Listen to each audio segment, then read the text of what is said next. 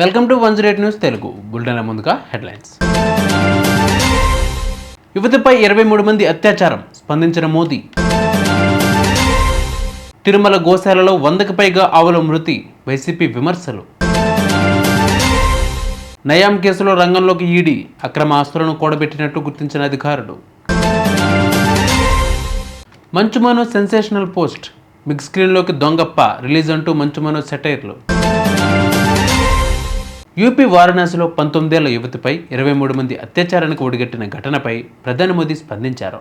వారణాసిలో ల్యాండ్ కాగానే ఈ ఘటనపై పోలీసులు కలెక్టర్తో మాట్లాడారు. మృగాళ్లపై కఠిన చర్యలు తీసుకోవాలని ఆదేశించారు.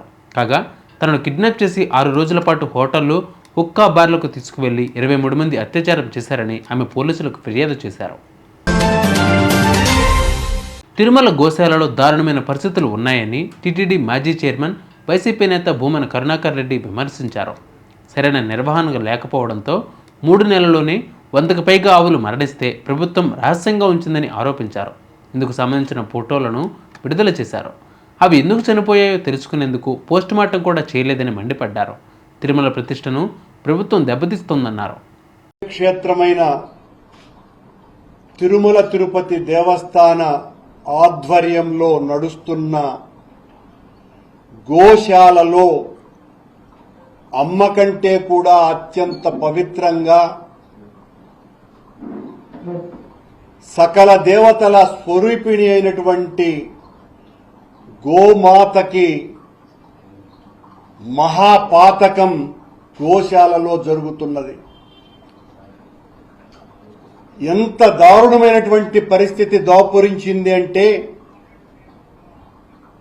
మా ప్రభుత్వంలో హైందవ ధర్మాన్ని కాపాడుతాం, హిందూ ధర్మ పరిరక్షణకు కట్టుబడి ఉంటాం, తిరుమల పవిత్రతను కాపాడటమే ధ్యేయంగా పాప ప్రక్షాళన చేస్తామని చెప్పినటువంటి చంద్రబాబు నాయుడు గారు పవనానంద స్వాముల వారి ఆధ్వర్యంలో నడుస్తున్నటువంటి ఈ ప్రభుత్వ ఆధ్వర్యంలో తిరుమల తిరుపతి దేవస్థానం వారి గోశాలలో గత 3 నెలలుగా దాదాపు 100కు పైగా గోవులు మృతి చెందుతున్నాయి. దీన్ని దాచిపెట్టేసినారు. గ్యాంగ్స్టర్ నయాం కేసులో కీలక పరిణామం చోటు చేసుకుంది. నయాం కేసులో ఎన్ఫోర్స్మెంట్ డైరెక్టరేట్ రంగంలోకి దిగనుంది. నయాం పెద్ద మొత్తంలో అక్రమ ఆస్తులను కూడబెట్టినట్లు అధికారులు గుర్తించారు. పలువురు రాజకీయ నేతలు, వ్యాపారులకు నయాం బినామీగా ఉండి వారి లావాదేవీలకు అండగా ఉండి డబ్బులు తరలింపుకు పాల్పడినట్లు గుర్తించారు. కాగా 2016 ఆగస్టులో తెలంగాణ పోలీసులు ఎన్కౌంటర్లో హతమయ్యాడు నయాం. ఇక నయాం ఎన్కౌంటర్ తర్వాత పెద్ద మొత్తంలో ఆస్తులను వెలుగులోకి వచ్చాయి.